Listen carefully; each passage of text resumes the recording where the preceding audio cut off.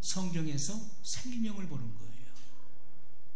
어떤 사람은 이 성경을 보면서 여기서 출세기를 찾으려고 하고요, 어떤 재정의 기름 부음을 찾으려고 그러고, 어떤 이 땅에서 영달을 찾는 사람이 있습니다. 성경에서 아브라함, 이삭, 야곱, 다 복받은 사람들이구나, 나도 이런 이스라엘의 족장과 같이 나도 축복받아야 되겠다. 성경은 우리에게 생명의 길을 보여주는 것입니다. 우리에게 구원의 길을 제시하고 있는 거예요. 그것을 보는 안목이 열려야 되는 것입니다. 그것을 가리켜서 우리가 영적인 안목이 열렸다고 보는 거예요.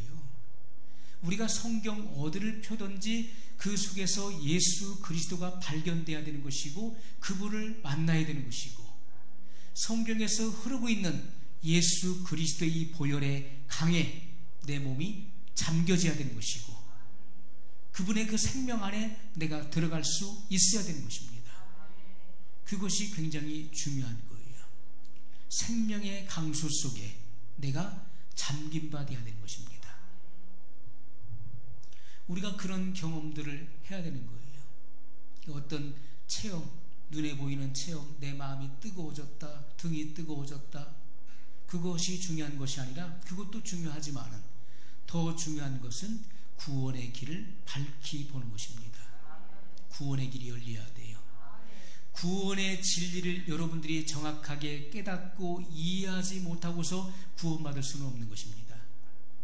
단순하게 영접기도 한마디로 구원받을 수는 없는 거예요.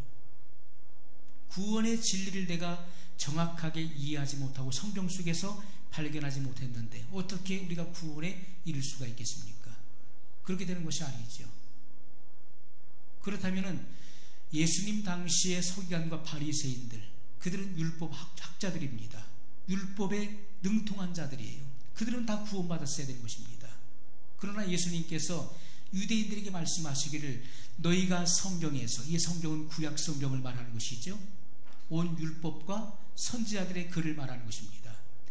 너희가 구약 성경에서 영생을 얻는 줄 알고 성경을 상고하거니와 이 성경이 곧 나에 대하여 증거함이로다, 이렇게 말씀했습니다. 이 구약 성경은요, 곧 예수 그리스도에 대해서 말씀하고 있는 것입니다. 예수 그리스도, 장차 오실 예수 그리스도를 계시하고 보여주고 있는 거예요. 그러나 예수님께서 육신의 몸을 입고 이 땅에 구원자로 오셨지만은 그들은 실상으로 오신 예수님을 알아보지 못했다는 것이죠. 그리고 어떻게 했습니까? 강도 바라바를 놓아주고 나사렛 예수를 십자가에 못 박아 죽이라고 외쳤습니다. 예수님이 누구신지를 전혀 몰라봤다. 영적인 안목이 그냥 막혀 있었던 자들이에요. 이것이 바로 무지한 것입니다. 하나님의 진리를 전혀 깨닫지 못한다는 것이죠. 우리가 성경을 들여다보아도 그 속에서 성경의 진리를 이해하지 못한다면 그것은 큰 문제예요. 내가 영적으로 지금 병들어 있다는 것입니다. 자, 우리가 말씀을 믿으려면 어떻게 해야 됩니까? 말씀을 드려야 되는 거예요. 자, 로마서 10장 17절에 자, 뭐라고 나와 있습니까? 한번 찾아보겠습니다. 로마서 10장 17절의 말씀입니다. 자, 찾으신 분은 같이 읽습니다. 그러므로 믿음은 들음에서 나며 들음은 그리스도의 말씀으로 말미암았느니라. 아멘. 자, 믿음은 어디서 납니까? 들음에서 난다는 거예요. 우리가 전파하는 이가 없으면 들을 수 없는 것입니다. 듣지 못하면 사망에 이르게 되는 거예요. 그렇기 때문에 전파하는 것이 중요한 것입니다. 믿음은 들음에서 나며 들음은 그리스도의 말씀으로 말미암았느니라, 이렇게 말씀하고 있어요. 자, 그리스도의 말씀 안에서 뭐가 나옵니까? 구원의 능력이 나온다는 거예요. 구원하는 파워가 거기서 나오는 것입니다. 그래서 바울이 고백하기를, 내가 복음을 부끄러워하지 아니하노니 이 복음은 모든 믿는 자에게 구원을 주시는 하나님의 능력이 됨이라. 첫째는 유대인에게요 또한 헬라인에게로라, 이렇게 말씀했습니다. 이 바울은 이 십자가의 복음을 증거했어요. 바울이 증거했었던 이 복음의 핵심은 바로 십자가였다는 것입니다. 십자가의 복음. 많은 사람들은 이 십자가를 부끄럽게 생각했어요. 왜냐하면 십자가는 그 당시에 극악무도한 강도나 반역자에게 내리는 최고의 그 사형 기구였기 때문에 그렇습니다. 그런데 바울은 십자가에 달려 죽으신, 저주를 받아 죽으신 예수 그리스도만을 증거하기 원했다는 것입니다. 이것이 바로 복음이었다는 거예요. 너희가 십자가에 못 박아 죽였던 나사렛 예수, 그분이 바로 하나님의 아들이시며 우리의 메시아이시다는 사실을 증거했습니다. 이 복음을 믿어야만 너희가 구원에 이를 수 있다는 것을 분명히 증거했어요. 그래서 우리가 복음을 부끄러워 해서는 안 된다는 거예요. 이 복음은 모든 믿는 자에게 구원을 주시는 하나님의 능력이 된다고 말씀하고 있어요. 바로 구원하는 능력이 이 복음 안에 있는 것입니다. 그러므로 우리는 이 복음 안에서 구원의 길을 발견해야 되는 것이고 구원의 진리를 깨달아야 되는 것입니다. 이것은 우리가 성령의 빛 가운데로 나가야 되는 거예요. 하나님의 그 빛 주심 안으로 우리가 들어가야 되는 것입니다. 하나님께서 우리를 부르실 때 내가 그 부르심 앞에 믿음으로 화답해야 되는 거예요. 그분의 그 부르심 앞에 내가 나가야 되는 거예요. 그럴 때 우리는 성령의 조명을 통해서 구원의 길을 볼 수 있는 것입니다. 내가 거부하고서 구원받기 원하는 사람은요, 절대로 그것은 구원에 이를 수가 없는 것입니다. 내가 거부하는데, 내가 마음으로부터 순종하기를 거부하는데 그 사람이 어떻게 구원에 이를 수 있겠습니까? 안 되는 것입니다. 하나님은 절대로 강제로 강요하지 않으신다는 거예요.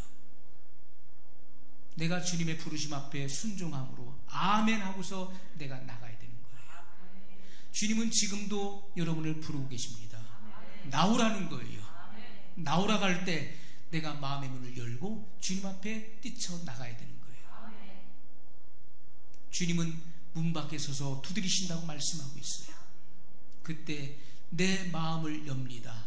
오셔서 좌정하사 나의 구주가 되옵소서. 찬송가의 가사처럼 그렇게 우리는 고백해 드려야 돼요. 나의 전부를 드리는 신앙을 가져야 돼요. 전부. 일부를 드리는 것이 아니라 나의 모든 것, 나의 전부를, 나의 생애를 주님께 바칩니다라고 하는 그런 믿음의 결단과 고백이 있는 자에게 주님은 한없는 은혜를 내려주시는 거예요. 저희 삶 속에서도 제가 은혜를 받을 때는요, 항상 저의 전부를 드리는 그런 믿음의 고백이 있어 왔어요. 저희 모든 것, 저의 생명까지도 주님 앞에 아낌없이 초계와 같이 드립니다 라고 하는 그런 신앙의 고백이 있어 왔습니다. 주님은 우리의 마음을 금방 하시는 거예요. 내가 진실로 하는 것인지 아니면 거짓으로 하는 것인지 뭔가 속셈을 가지고 지금 말하는 것인지 그것을 주님은 금방 하신다고요. 내 마음을 모르시는 것이 하나도 없으시다고요. 내 마음을 통찰하십니다. 다 꿰뚫어 보시는 거예요. 그래서 우리는 주님 앞에서 항상 진실된 그런 믿음의 고백이 있어야 된다는 것입니다. 자, 성경이 뭐라고 말씀하고 있습니까? 그런즉 믿음은 들음에서 난다. 그러면 너무 쉬운 것이잖아요. 그래? 믿음이라고 하는 것이 말씀을 들으면 난다? 들으면 믿음이 생긴다? 자, 믿음이라고 하는 것은 예수 그리스도의 말씀을 들으면 되는 것이다. 이렇게 말씀하고 있어요. 자, 그런데 문제는 오늘날 많은 사람들이 말씀을 듣는 귀가 없다는 거예요. 우리가 말씀을 귀가 있어서 다 듣는 것 같지만은 사실은 말씀을 듣는 귀가 없다는 거예요.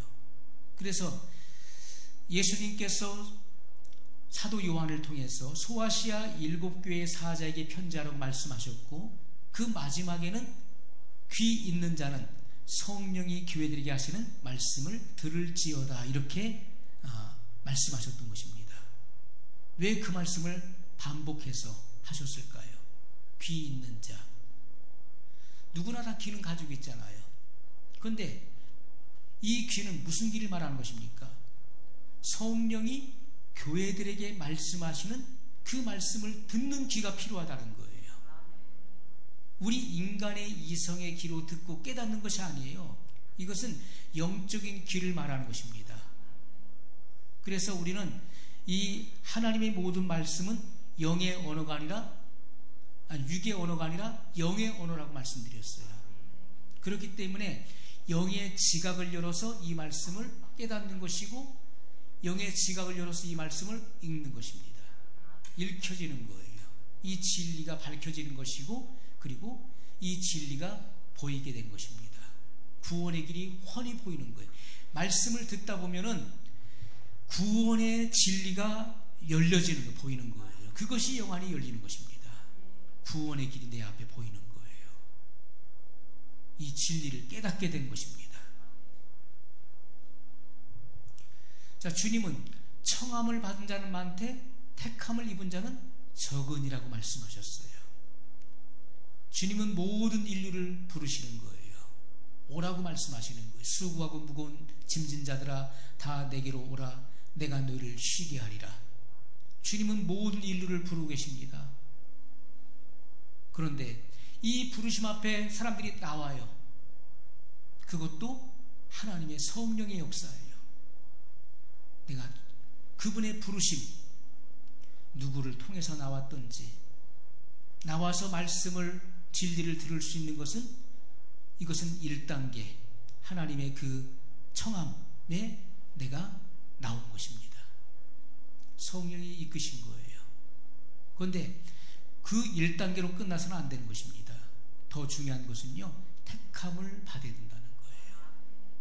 택함을 받은 자는 적다는 거예요. 자, 택함을 받는다는 것은 뭡니까? 진리를 듣고 깨닫게 되는 거예요.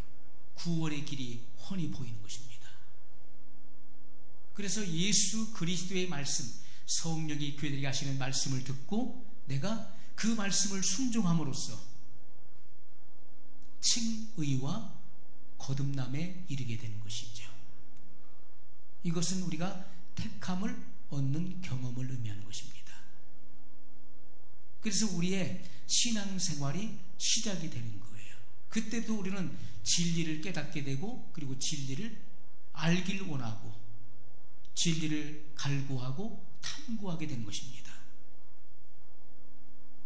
그리고 예배의 모든 모임들을 사모하게 되는 거예요. 이것은 내가 거듭났다는 증거를 말하는 것이고 택함이 있다는 것을 말씀하고 있는 것입니다. 우리는 항상 겸손한 그런 자세를 가져야, 더 배우고자 하는 겸손한 자세를 가져야 됩니다. 그때 주님은 여러분 속에 아주 밝은 빛을 비춰 주신다는 것이죠. 자, 우리가 말씀을 들어도 깨닫지 못한다는 것은 뭘 말합니까? 주님의 음성을 듣는 귀가 아직 열리지 않았다는 것을 의미하는 것이죠. 그래서 우리가 지난 시간에 우리가 중생, 거듭남이라고 하는 것은 뭘 말한다고 했습니까? 예수 그리스도를 믿음으로 일어나는 이 마음의 변화를 의미한다고 그랬어요. 마음의 변화. 그리고 칭의라고 하는 것은 죄에 대한 용서를 말하는 것이죠. 죄가 사면받아야 의로워지는 것입니다. 죄가 그대로 있는 사람은 죄인이에요. 그래서 주님의 이 정죄와 심판을 피할 수가 없는 것입니다. 내 죄가 용서를 받아야 의롭다함을 얻게 되는 거예요. 무죄 선언을 받게 되는 것이고 칭의를 입게 되는 것입니다. 그래서 우리가 칭의라고 하는 것은 뭡니까? 하나님 앞에서 믿는 사람의 새로운 상태를 의미한다는 것입니다. 우리의 생애가 달라지는 거예요. 우리는 다시 태어나서 이제 제2의 인생을 살아가는 거예요. 그것이 거듭남에서부터 시작되어지는 것입니다. 새로운 삶을 살게 되는 것이죠. 모든 것이 다 달라졌어요. 모든 것이 다 새로워졌어요. 나는 다른 사람으로 태어나게 된 것입니다. 그래서 하나님의 자녀로 태어나서 하나님의 자녀답게 내가 살아가게 되는 제 인생을, 제2의 인생을 살아가게 되는 것이죠. 자, 이렇게 생명이 들어와야 뭘 바라봅니까? 열매를 바라볼 수 있는 거예요. 열매.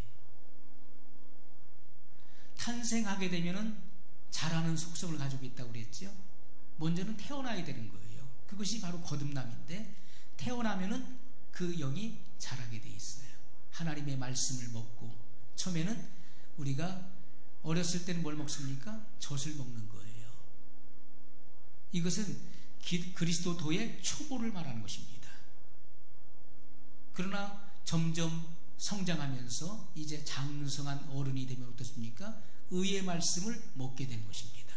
의의 말씀. 영적으로 깊이 있는 말씀들을 먹고 소화할 수 있는 거예요.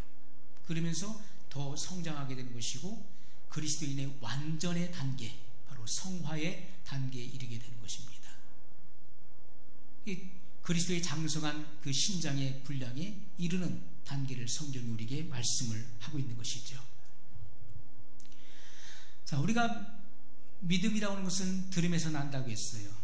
믿음은 들음에서 나는 것이다. 자, 그러면 예수 그리스도의 말씀을 들으면 믿음이 발생한다는 것인데, 그러면 듣기만 하면 되겠네? 이렇게 생각하는 분이 있어요. 가서 들으면 되겠네. 그러니까 믿음이 이제 생겨나는 거네. 그러면서 어떤 분들은 나는 신앙생활을 30년 했어. 나는 50년 했어. 그런데 나는 50년 동안 교회 다녔어. 새벽기도, 또 밤기도, 낮기도, 예배, 모든 예배 한 번도 빠지고 난 다 다녔어. 그런데 나는 열매가 없어. 나는 신앙생활을 40년, 50년 했는데 나에게는 어떤 변화도 없었어. 그런데 말씀을 듣기만 하면 믿음이 발생한다고? 그런 소리 하지 말라고. 그렇게 반문하는 분도 있다는 것이죠. 그분은요, 30년, 40년, 50년 신앙생활 하면서 하나님의 말씀을 거의 들은 적이 없는 사람입니다. 사람의 음성을 듣고, 그리고 내 머리로 성경을 읽고 나름대로 해석했다는 것이죠. 수없이 많은 성경 공부를 했다 할지라도 변화를 경험하지 못했다면 그리스도의 말씀을 듣지 못했거나 아니면 마음이 교만하기 때문에 듣지 못하는 것입니다. 둘 중에 하나예요. 예수 그리스도의 생명의 언어를 듣지 못했거나 아니면 마음이 교만하기 때문에 듣지 못한 것입니다. 그래서 변화가 일어나질 않는 것입니다. 자, 다시 말해서 하나님의 말씀을 듣고 그 들은 말씀대로 준행하고자 하는 마음이 그 마음속에 없다는 거예요. 주님의 말씀은 우리가 피할 수가 없어요. 여러분의 마음의 동기 속에 하나님께서 어떤 말씀을 주시든지 그 말씀에 내가 순종하고 따르겠습니다, 저의 온 생애를 바치겠습니다 라고 하는 그런 신앙 고백이 있었냐는 거예요. 그런 사람은요 100% 다 은혜 받을 수밖에 없어요. 은혜 못 받는 것이 이상한 거예요. 그러나 우리 속에는 부분적으로 내게 불리한 것은 내가 거부해버리고, 내게 부담이 되는 말씀은 내가 걸러버리고, 내게 유익하고 유리한 말씀만 내가 받고자 하기 때문에 그 속에 하나님의 은혜가 담겨질 수 없었다는 것이죠. 하나님은 인격의 하나님이십니다. 인격의 하나님이시라고요. 그 인격의 하나님을 우리가 이해하지 못하면 안 되는 거예요. 우리가 진심으로 그리고 전심으로 주님을 내가 따르느냐 하는 것은 굉장히 중요한 것입니다.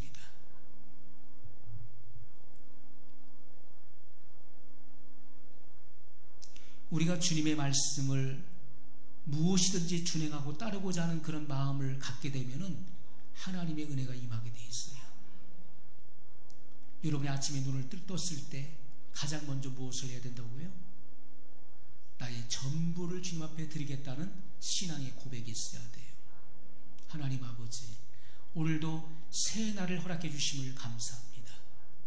저는 이 하루 저의 온 생애를, 저의 모든 것을 주님께 바칩니다. 이러한 진실한 신앙의 고백이 있어야 돼요. 그런 사람은요, 주님 앞에 쓰임 받습니다. 그런 사람은 하나님의 은혜를 입게 돼 있어요. 여러분이 이곳에 나오셨을 때 진정 주님의 음성을 듣고자 하는 그런 귀를 달라고 기도하셔야 되는 것이고, 그리고 주님께서 지금 나에게 어떤 말씀, 내게 불리한 말씀, 그리고 내게 손해가 오는 말씀이라 할지라도 그 말씀을 전적으로 따르겠습니다라고 하는 신앙의 자세와 고백이 있을 때, 그런 사람은요, 영이 열리는 겁니다. 영의 지각이 그대로 열린다고요. 왜냐하면 이미 내 마음을 열었기 때문에요, 그 사람에게는 하나님의 그 속죄함과 그분의 은총이 임하게 되어 있는 거예요. 그러나 그런 자세가 안 돼 있다는 것은 내 마음이 닫혀 있다는 거예요. 주님은 주시는 속성을 가지고 있습니다. 주님은 구하라, 찾으라, 두드리라, 이렇게 심층적인 언어의 구조를 통해서 말씀하고 있는 거예요. 단순하게 구하라 내가 줄게 이렇게 말씀하지 않습니다. 구하라, 찾으라, 두드리라, 이렇게 말씀하고 있어요. 주님은 우리에게 이런 은혜의 소나기를 우리에게 내리시기를 원하는 거예요. 그런데 주님은 주기를 원하시는데 내가 마음의 문을 딱 닫고 있으면 어떻습니까? 이 잔 속에 빗방울이 한 방울도 들어갈 수가 없는 거예요. 내가 문을 닫고 있잖아요, 스스로. 주님은 주시기를 원하시지만은 내가 나 스스로 닫고 있기 때문에 들어갈 수가 없는 것입니다. 주님은 내 마음을 열라고 말씀하고 있어요. 내 마음을 열라. 그러면 여기 채워지는 것입니다. 그리고 우리의 이 마음의 도량이 넓어져야 돼요. 이 마음의 도량이 주님을 위해서 전부를 바칠 수 있는, 나의 온 생애를 주님을 위해서 헌신하고자 하는 그러한 우리가 믿음의 이런 마음의 용량이 되어 있으면요, 그만큼 하나님의 능력과 은혜가 담겨지는 것입니다. 그만큼 쓰임받는 거예요. 내 그릇의 용량만큼 담겨지게 되어 있다는 것이죠. 우리가 하나님 말씀을 절대로 혼합하면 안 됩니다. 내가 듣기에 좋은 대로 그 말씀을 내 머리 속에서 해석하면 안 되는 거예요. 하나님 말씀 그대로 그것을 걸러내지 말고 그 말씀 액면 그대로 받아들여야 돼요. 그 말씀이 나에게 부담스러운 말씀이라 할지라도, 어떤 희생과 헌신을 요구한다 할지라도 그 말씀을 액면 그대로 받아들일 수 있는 마음의 그릇이 중요한 것입니다. 그래야 은혜를 받고 역사가 일어날 수 있는 거예요. 자, 그래서 우리가 예수 그리스도의 생명이 없는 곳에는 말씀이 없는 것입니다. 말씀이 없는 곳에는 예수 그리스도의 생명도 없는 거예요. 자, 우리가 이 종교인의 신앙생활을 하게 되면요, 모든 것이 다 제재로 느껴지는 거예요. 모든 것이. 성경에는 왜 이렇게 하지 말라고 하는 것이 많은지. 이 타 종교 또는 캐톨릭에서는 어떻게 합니까? 많은 사람이 캐톨릭을 선택하는 이유가 뭐죠? 자유롭잖아요. 제사도 드릴 수 있고 술, 담배 하는 것도 자유롭고, 그래서 제재하는 것이 없잖아요. 마음대로 할 수 있어요.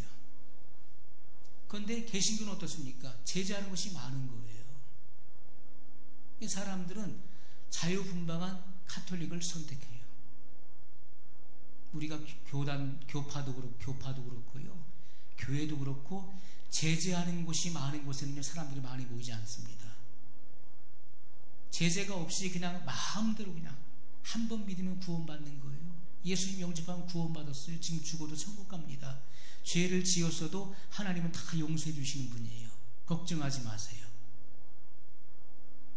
이러한 잘못된 거짓 복음을 들은 사람들이 스스로 그 양심을 안심시키면서 그렇게 신앙생활하는 거예요.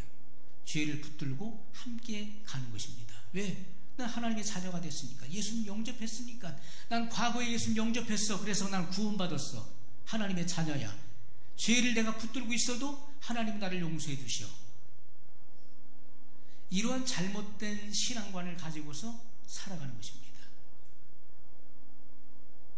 그것이 만약에 구원에 이를 수 있는 신앙이라면 예수님께서 왜 너희는 좁은 문으로 들어가라고 말씀했을까요? 큰 문 그리고 넓은 길은 결국 멸망으로 인도하는 문이라고 예수님이 왜 그 말씀하셨을까요? 이것은요, 먼저 우리 믿는 자들에게 주시는 메시지인 것입니다. 주님은 우리 믿는 자들, 주님을 따르는 자들에게 말씀하셨어요. 좁은 문으로 들어가라는 거예요. 그럼 좁은 문으로 들어갔으면 다 된 것입니까? 아닙니다. 그 이후에는 뭐가 기다리고 있습니까? 협착한 길, 좁은 길이 기다리고 있다는 거. 그 길을 언제까지 걸어가야 됩니까? 계속해서 걸어가야 된다는 거예요. 좁은 문을 통과한 사람은 협착한 길을 계속해서 걸어가야 된다는 거예요. 너의 구원의 완성에 이를 때까지 그 길을 걸어가야 된다는 것을 말씀하고 있는 것입니다. 그 길에 결국은 곧 영생을 얻게 되는 길이라고 말씀하고 있어요. 그렇다면 우리가 영생은 내가 한번 믿었다고 해서 그 영생이 완성된 것입니까? 결코 그렇지 않다는 것을 말씀하고 있지요. 우리는 온전한 구원, 전인적인 구원에 이르기 위해서 계속해서 선한 싸움을 싸우고 나의 달려갈 길을 마치기까지 이 길을 계속해서 가야 된다는 거예요. 바울이 그것을 말씀하고 있지 않습니까? 로마서는 교리서실이에요. 우리에게 구원의 길을 밝히 보여주고 있습니다. 그런데 한 번 믿었다고 그 구원이 완성된 것처럼 착각하는 이들이 너무나 많이 있어요. 그들은 결국 온전한 구원에 이르지 못하게 될 것입니다. 도중에 다 나고자가 되고 말 것입니다. 우리가 구원의 길을 성경에서 밝히 깨닫는 것은 굉장히 중요한 것입니다. 하나님의 말씀은요, 이 영혼의 한 영혼, 천하보다 귀한 그 영혼을 다루는 일이에요. 설교는 바로 그것입니다. 설교는 어떻게 하면 그 영혼을 구원할 수 있을까에 관심이 맞춰져 있어야 돼요. 어떻게 하면 저 영혼을 구원할 수 있을까? 우리가 고기를 잡을 때요, 어떻습니까? 저도 어렸을 때 그 친구가 고기를 잘 잡아가지고 친구 따라서 백마강에 가서 낚시를 한 적이 있었어요. 그런데요, 고기를 잡는 것도 어떤 고기를 잡느냐에 따라서 미끼가 다르더라고요. 저는 그냥 톱밥망기랑 이렇게 이겨가지고서 그 낚싯바늘에다 이렇게 같이 섞어가지고서 보이지 않게 던지면 다 물고기를 잡는 줄 알았어요. 근데 안 그렇더라고요. 물고기마다 좋아하는 먹이가 있어요. 어떤 물고기는 톱밥으로 잡고 어떤 물고기는 지렁이를 껴서 잡고, 그렇게 먹이가 다르다는 것이죠. 그런데 중요한 것은 그 낚시 바늘이 물고기 눈에 띄면 안 돼요. 보이지 않게 해야 돼요. 이 낚시 바늘을 보게 되면 갈고리가 돼 있어요. 갈고리. 아주 예리하고 날카롭게 갈고리가 돼 있어 갖고 물고기가 그것을 톱밥이나 뭐죠?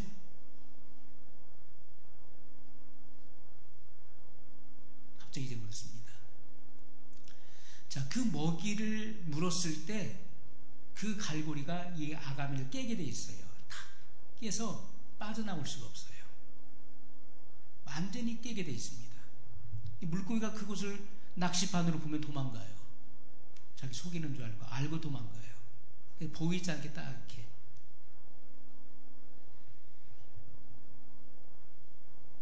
자, 우리가 선호하는 말씀이 다 다르다는 것이지요.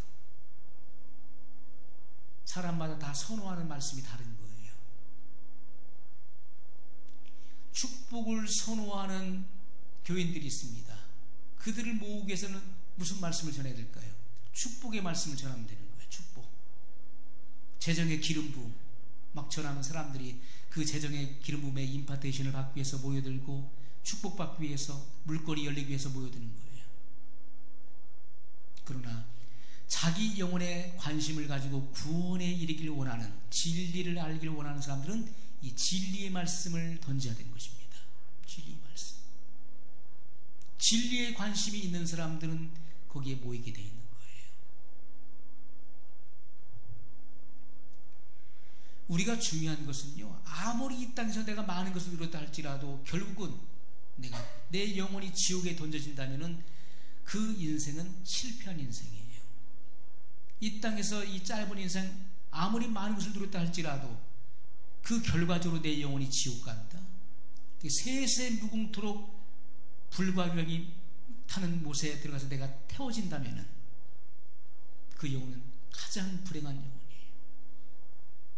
구원받을 자보다 구원받지 못할 자가 훨씬 더 많다는 것입니다. 성경은 그것을 말씀하고 있습니다.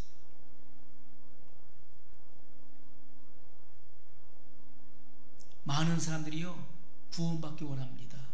그래도 구원은 받아야지. 그래도 불타는 지옥에는 가지 말아야지. 천국 가야지. 그래서 내가 구원받기를 원하지만은 신앙생활은 내 마음대로 하겠다는 거죠. 간섭하지 마. 구원받기는 원하지만은 신앙생활은 내 자유로 내가 알아서 하겠다는 거예요. 터치하지 말라는 것이죠. 하나님의 말씀에는 원칙이 있고 그리고 계명이 있는 것입니다. 이 말씀 안에는요, 수많은 원칙들이 있는 거예요. 그리고 하나님의 말씀 속에 뭐가 있습니까? 하라 또는 하지 말라고 명령되어진 있지. 그것이 바로 계명이죠. 그 율법의 그 핵심은 바로 십계명이에요. 하나님께서는 의문에 속한 계명들을 폐하셨어요. 의문에 속한 계명들, 뭘 말합니까? 의문에 속한 계명들을 폐하셨다라고 말씀하고 있는데, 그것은 이스라엘 백성이 뭘 했죠? 난지 8일 만에 할례를 행했잖아요. 지금 우리가 할례 행하나요? 애기들 나면은 난지 8일 만에 이스라엘 백성들처럼 그렇게 할례를 다 행합니까? 안 하잖아요. 그리고 절기를 지키는 것 안 하잖아요. 그리고 제사법, 죄를 지으면은 짐승을 끌고 와서 잡아 죽이는, 그래서 그를 각을 떠서 살과 뼈도 남김없이, 죄도 남김없이 다 태워드리는 것 번제잖아요. 번제 드립니까? 안 하잖아요. 그것이 의문에 속한 계명을 말하는 것입니다. 의문에 속한 그 율법은 폐하셨어요. 십자가로 다 폐한 것입니다. 그렇기 때문에 우리가 십자가 사건 이후에는 그 같은 일을 행하지 않는 거예요. 그러나 우리가 행해야 될 계명이 있습니다. 그게 뭐죠? 십계명이에요. 십계명은 주님이 강조하셨어요. 그리고 그 십계명을 둘로 나누셨던 것입니다. 그것이 바로 하나님 사랑과 이웃사랑의 계명, 두 조항으로 나누셨던 것을 우리가 보게 되는 것입니다. 그래서 폐하신 그 의문에 속한 율법이 있는 것이고, 그리고 폐하지 않은 계명이 있다는 것을 성경은 우리에게 말씀을 하고 있는 것입니다.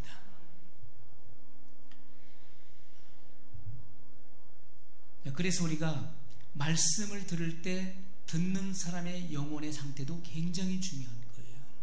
말씀을 들을 때 어떤 내 영혼의 상태, 마음의 상태가 어떠한가 하는 것은 굉장히 중요합니다. 말씀을 내가 지식으로 받아들이게 되면 그 말씀은요, 지식화되어 버리는 거예요. 머릿속에 들어가서 지식화되고 율법화되는 것이죠. 이 말씀은 우리가 듣는다는 개념보다는 먹는다는 개념이에요. 말씀은 그냥 귀로 단순히 듣는 것이 아니라 그 말씀은 양심으로 그 말씀을 듣는 것이고, 그 말씀은 영의 양식으로 먹는 것입니다. 너희가 사람이 떡으로만 살 것이 아니요 하나님의 입으로 나오는 모든 말씀으로 살 것이니라, 이렇게 말씀했어요. 자, 에스겔 3장 말씀을 한번 찾아보겠습니다.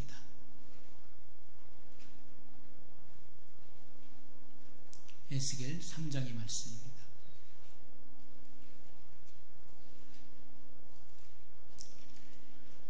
구약성경 1153페이지입니다.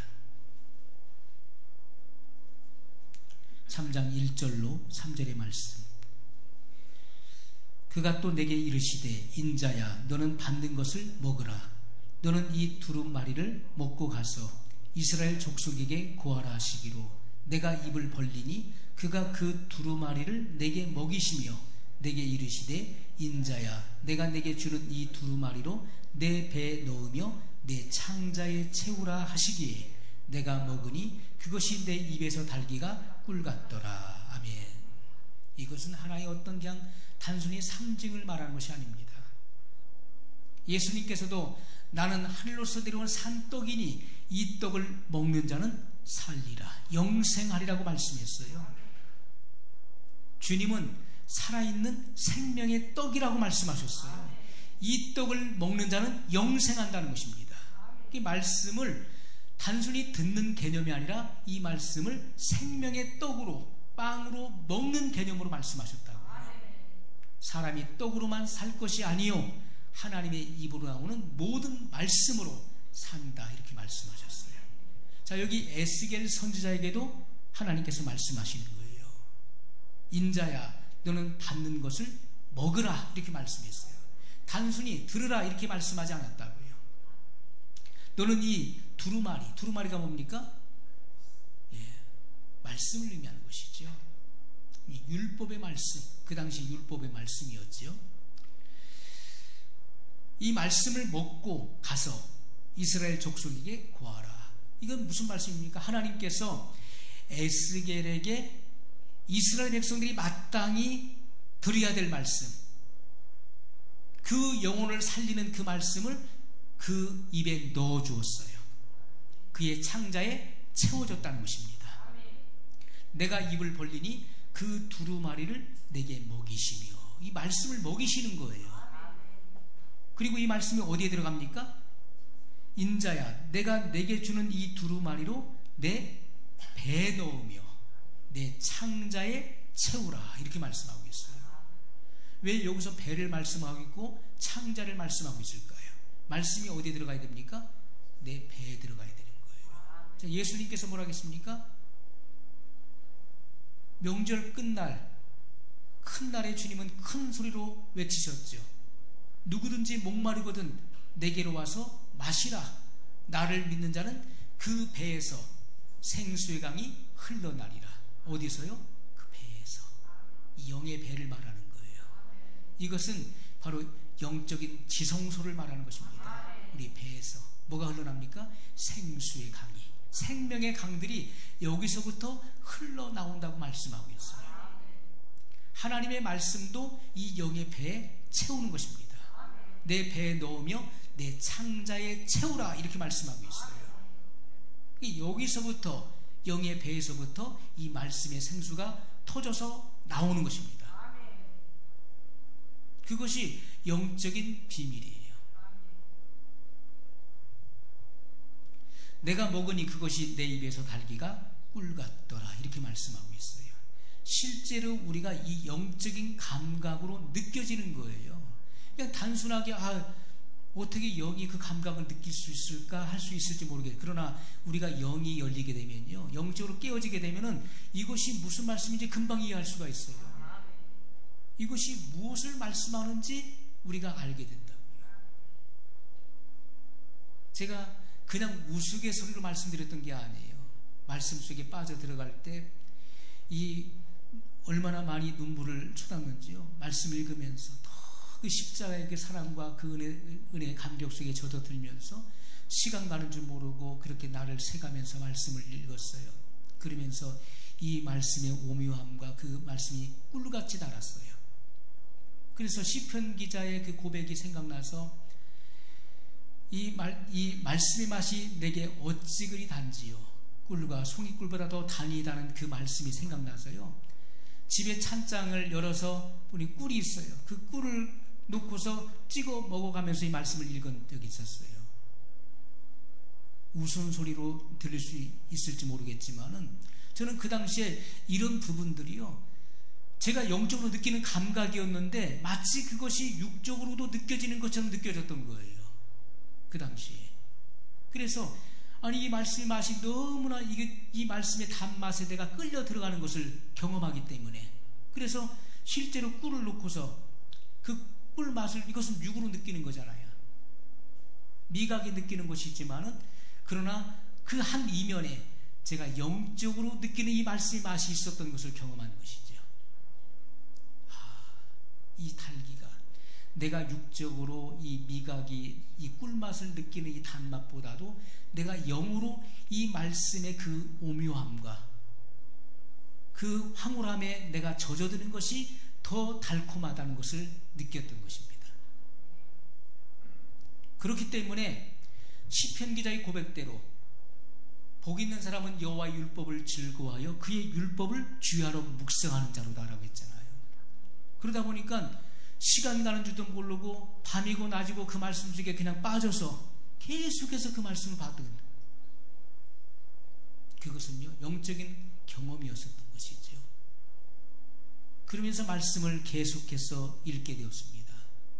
처음에 말씀을 읽을 때 그 당시에는요 일독하는데 10일 걸렸어요. 10일. 3일 동안은 잠을 자지 않고 성경에서 눈을 한시도 떼지 않았어요. 한순간도. 화장실에 갈 때도 이 말씀을 붙들고 왔습니다. 말씀을 보면서. 그리고 깨어있는 동안에는 이 말씀에서 눈을 떼지 않고 계속해서 말씀을 봤어요. 그들이 10일 걸렸어요. 일독하는데. 그 다음엔 7일 걸렸습니다. 말씀이 숙달되니까 3일에 일독을 하게 됐어요. 이 말씀을 계속해서 그 말씀을 보는 거예요. 그리고 내가 암송하고 있는 말씀도 다시 확인하는 거예요. 찾아서. 왜냐하면 그 말씀이 틀리면 안 되니까. 그 말씀을 다시 한번 확인하기 위해서 그 말씀을 찾아서 그 말씀을 읽었습니다. 그리고 그 말씀을 선포했어요. 그래서 우리가 이 말씀에 흐르고 있는 그 맥이 있는 것이고, 그 천국의 정서가 담겨져 있는 것이고, 그 하나님의 그 인격을 우리가 경험할 수 있게 되는 것이죠. 이 말씀 속에서.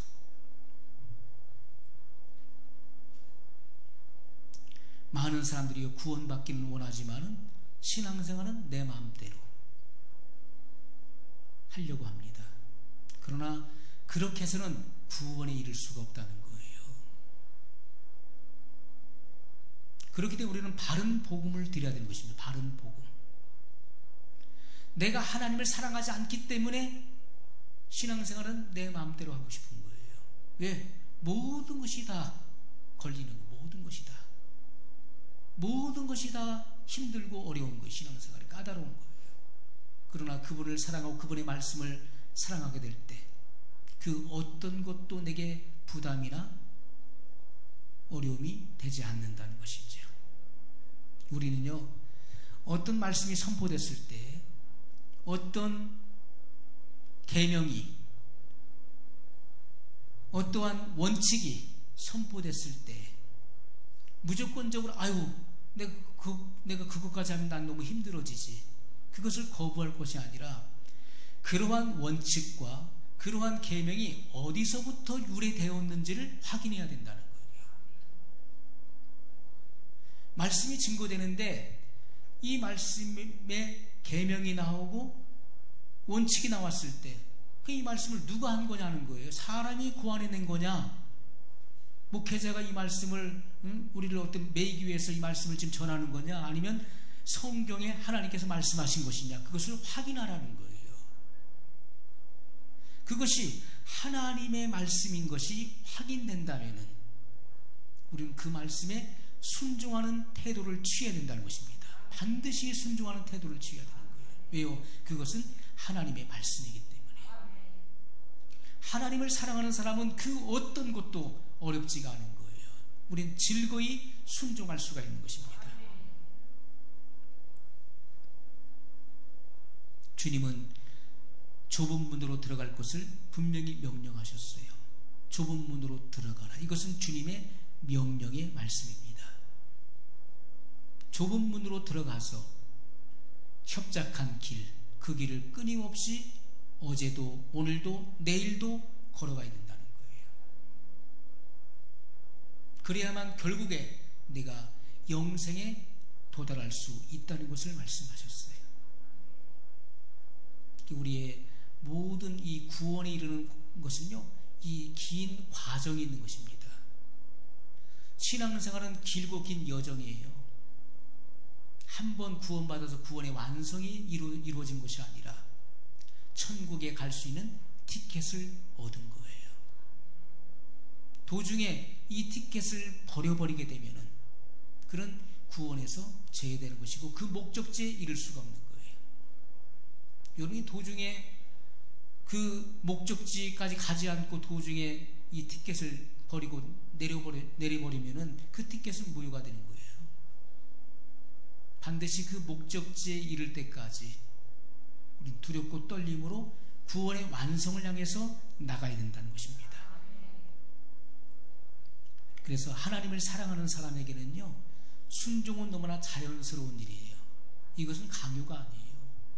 너 순종하라, 복종해라, 그렇게 해서 될 것 같으면요, 그것은 얼마나 부자연스러운 일입니까? 강요해서 쫓아오게 된다면, 강요하고 또 강요해서 끌려서 마지못해 하게 된다면 그것은 너무나 무거운 멍에를 메고 신앙생활을 하는 거예요. 그러나 우리가 주님을 사랑하는 사람에게는요, 순종은 너무나 자연스러운 거예요. 강요할 필요가 없는 거예요. 내가 알아서 자발적으로 하게 되는 거예요. 우리가 하나님을 사랑하지 않게 되면요, 내가 어떻게 하면 적게 헌신하고 적게 희생할까를 생각하게 되죠. 최대한 나의 피해와 희생을 줄이려고 하는 것입니다. 근데 왜 내가 그걸 다 해야 돼? 자기가 해야 될 그 희생의 그런 그 역량을요, 축소시킵니다. 내 마음속에 주님을 사랑하는 마음이 없다는 거예요. 말씀을 사랑함이 없기 때문에, 말씀을 사랑하지 않기 때문에 최대한 희생의 그런 양을 내가 줄이려고 하는 거예요. 그것을 고민하게 되죠. 되도록 힘들고 부담스러운 일들을 피하려고 생각하는, 꾀를 내게 되는 것입니다.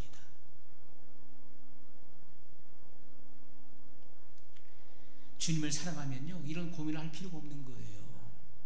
무슨 고민입니까? 그것이 왜 고민을 하게 될 이유가 없는 것이죠. 누가 뭐라고 하든지 내가 받은 은혜가 크기 때문에, 주님을 위해서 나의 전부를 드릴 수 있는 그런 희생과 각오가 되어 있는데 무슨 고민이 필요합니까? 우리의 헌신은요, 내가 주님을 얼만큼 사랑하느냐에 따라서 결정되어지는 거예요. 내가 주님을 얼만큼 사랑하느냐, 그것이 우리의 희생과 헌신의 깊이를 결정이 된다는 것입니다. 우리가 정말 내가 하나님 앞에서 영원히 죽을 수밖에 없는 그런 중죄인인 사실이 발견되어지고, 내가 그 죄로부터 탕감받은 사실을 발견하게 되고 깊은 통회가 일어난 사람은요, 주님 앞에 모든 것을 바칠 수 있는 거예요. 나의 생명까지도 그냥 던져버리는 것입니다. 내 생명은 무가치한 거예요. 여러분, 자기 생명을 아낍니까? 하나님께서는요, 당신의 그 목숨을 나 같은 죄인 하나님과 철천지 원수가 된 나를 위해서 던지셨어요. 부끄러움을 개의치 아니하시고 내가 생명을 얻어 돌아오는 그 모습을 바라보시면서 그 목숨을 버리셨다고 해요. 그런데 우리의 이런 낮은 목숨, 천한 목숨을 버리는 것을 아깝게 생각하고 두렵게 생각한다는 것은 어불성설이에요. 하나님의 사랑을 내가 모르기 때문에 그런 것입니다. 우리는 삶의 우선순위가 바뀌어져야 돼요. 삶의 우선순위. 우리는 어떻습니까? 첫 번째 우선순위 뭔가요? 내가 하고 싶은 일 하는 거, 내가 하고 싶은 일. 두 번째, 내가 해야 될 일 하는 거예요. 세 번째, 하나님이 하는 거예요. 대부분의 많은 사람이 그렇습니다. 주님의 일이 우선시돼야 되는데 그것은 항상 밀려나요. 우선순위에서. 사람들은 주님을 사랑한다고 하지만은 첫 번째는 내가 하고 싶은 일을 먼저 하는 거예요. 내가 하고 싶은 일. 두 번째는 내가 해야 될 일을 하는 거예요. 그리고 나서 시간이 남으면 주님의 일을 하겠다는 거예요. 하나님을 우리가 소중히 생각하지 않기 때문에 은혜가 담겨지지 않는 것이고 진리가 깨달아지지 않는 거예요. 왜요? 내가 주님을 멀리 했기 때문에. 여러분의 삶 속에서 내가 하고 싶은 일, 내가 해야 될 일보다도 주님의 일을 최우선순위에 뒀다면 다른 거 다, 내 일은 다 뒤에 뒷전이야. 주님의 일부터 할 거야. 주님이 기뻐하시는 일부터 난 할 거야. 그것을 최우선순위에 뒀다면요, 은혜 받지 못할 사람이 어디 있겠습니까? 구원에 이르지 못할 사람이 어디 있겠습니까? 휴거되지 못할 사람이 어디 있겠습니까? 주님을 가장 최우선으로 두고 있는 사람인데요. 성경은 우리가 뭐라고 말씀합니까? 분명한 원칙을 말씀하고 있어요. 주님을 가까이 하는 자에게 주님도 가까이 한다고 말씀하시죠. 이것은 원칙, 영적인 원칙이에요. 나를 찾는 자에게 내가 그를 만나주겠다고 말씀하는 것, 영적인 원칙이에요. 주님을 멀리하고 찾지 않는 사람에게 주님이 야, 나 여기 있다고 그 사람에게 주님을 나타내십니까? 아닙니다. 주님께 사랑을 받는 사람은요, 주님을 사랑하는 사람이에요. 주님을 사랑하기 때문에, 또 주님의 계명을 가지고 지키기 때문에 아버지께 사랑을 받는 것이고, 예수님께서도 그를 사랑하여 그에게 나를 나타내라고 말씀하셨잖아요. 다 원칙이 있는 것입니다. 내가 주님을 거부하고 미워하는 나는 하나님의 사랑을 받고 있어? 예수님이 나를 끔찍히 사랑하시오. 안 그렇습니다. 그 사람은요, 주님께 미움을 받는 사람이에요. 성경에는 분명히 많은 사람들이 야, 주님은 모든 사람을 다 사랑하시오. 주님을 다 사랑이 많은 분이야. 사랑을 강조하다 보니까 어떤 사람은 사랑이 하나님이시기 때문에 지옥이 없다, 지옥을 만든 일이 없다라고 잘못된 복음을 전하게 되는 것이죠. 하나님의 미워하시는 사람도 있다고 성경 분명히 말씀하고 있습니다. 하나님이 가증히 여기는 사람, 하나님이 미워하는 사람도 있어요. 누굽니까? 하나님을 멀리하는 사람. 모든 일에 항상 자기가 앞전이고 주님은 항상 뒷전이에요. 주님의 일은 항상 밀려나요.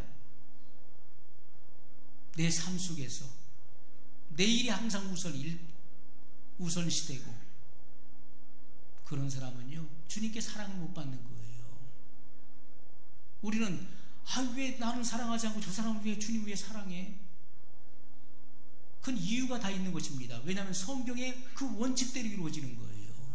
그것은 하나님께 특별한 사랑을 받는 사람은요, 그 사모함이 이루 말할 수가 없는 거예요. 왜 다윗 같은 사람이 그렇게 주님께 사랑받았을까요? 그는 주님을 사모하는 마음이 하늘에 사무쳤어요.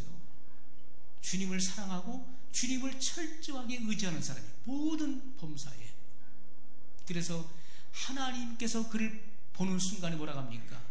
사무엘에게 가르쳐 주셨어요. 야, 사무엘아, 내가 이새의 아들 다윗을 만나니 내 마음에 합한 자야. 저 사람은 내 마음과 똑같은 사람이야. 응? 다윗아, 어쩌면 너는 내 마음을 그렇게 닮았니? 내 마음이 네 마음이고 네 마음이고 내 마음이구나, 이렇게 말씀하시는 거예요. 내 마음에 합한 자라. 그래서 사무엘에게 말씀하셨어요. 그러면서 그에게 기름을 부어라. 내가 선택한 사람이 바로 저 다윗이다, 이렇게 말씀하셨어요. 그가 비록 범죄했지만은, 그러나 그는 어떻게 했습니까? 하나님을 의식하고 철저하게 성령을 떠나게 하실까봐, 내게서 성령을 거둬가실까봐 그런 주님 앞에 깊은 그런 참회를 드렸어요. 내게 정직한 영을 새롭게 하시고 내게서 주의 성령을 거두지 마옵소서라고 그렇게 주님 앞에 목매어 부르짖었습니다. 그러한 다윗의 처절한 모습을 하나님은 보셨어요. 그렇기 때문에 그것이 하나님의 사랑받는 원인이 되는 거예요. 우리가 우리 삶 속에서 우리의 마음의 동기, 우리의 삶의 태도, 우리의 모든 삶의 습관, 이것은 굉장히 중요한, 그것은 우리의 영혼과 우리의 미래를 결정짓는 것입니다. 왜 나는 사랑 안 해? 왜 저 사람은 사랑해?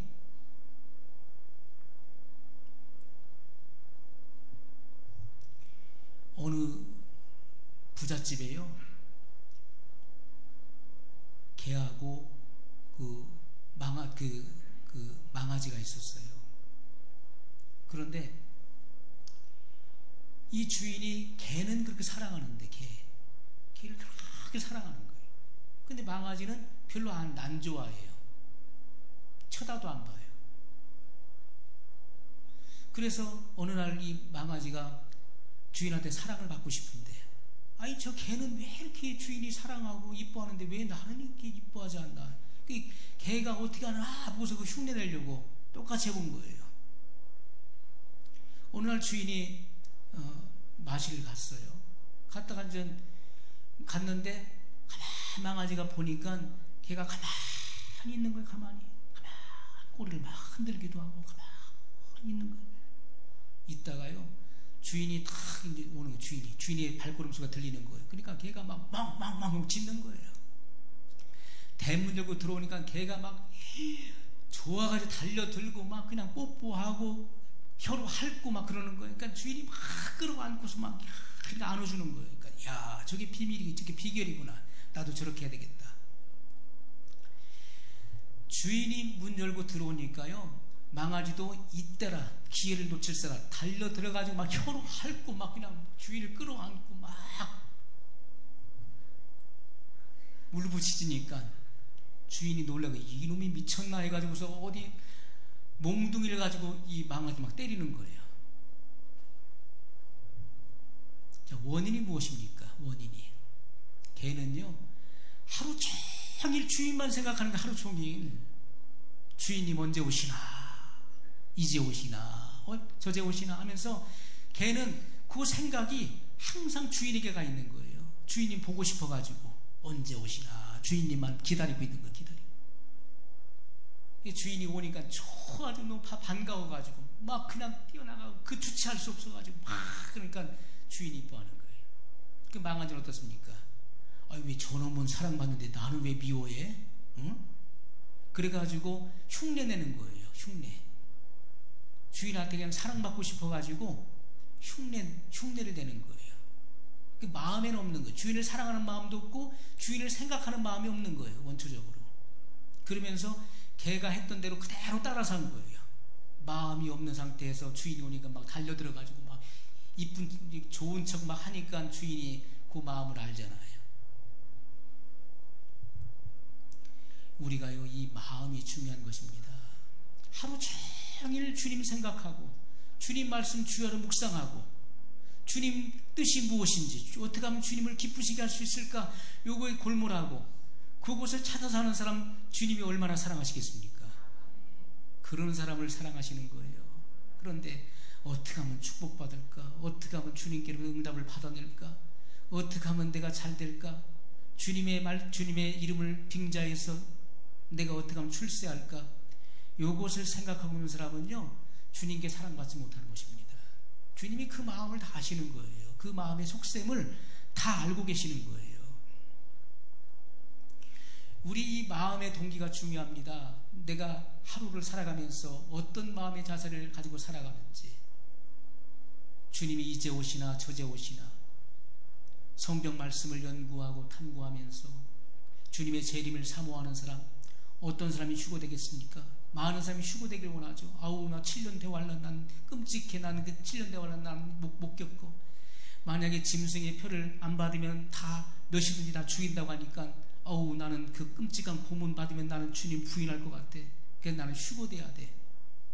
그런데 휴거는 아무나 되는 것이 아니라 누가 휴거가 되겠습니까? 그렇지요, 주님을 사랑하는 사람이 휴거되는 거예요. 그 마음의 동기로부터 주님을 사모하고 주님을 사랑하는 사람이 휴거되는 거예요. 누가 주님 앞에 쓰임받을 수 있습니까? 주님을 사랑하는 사람이 쓰임받는 거예요. 그것이 가장 근본적인 거예요. 주님을 사랑하지 않는 사람은요, 주님의 말씀을 사랑하지 않는 사람은 쓰임받을 수도 없고 천국에 갈 수도 없는 것이고 휴거될 수도 없는 거예요. 그 사람은 아무것도 될 수가 없는 거예요. 주님은 우리에게 말씀하셨어요. 내 마음을 다하고 뜻을 다하고 목숨을 다하여 주 너희 하나님을 사랑하라. 그렇게 말씀하셨어요. 우린 주님께서 이것은요, 온 성경의 핵심입니다. 구약 성경의 핵심은 십계명이에요.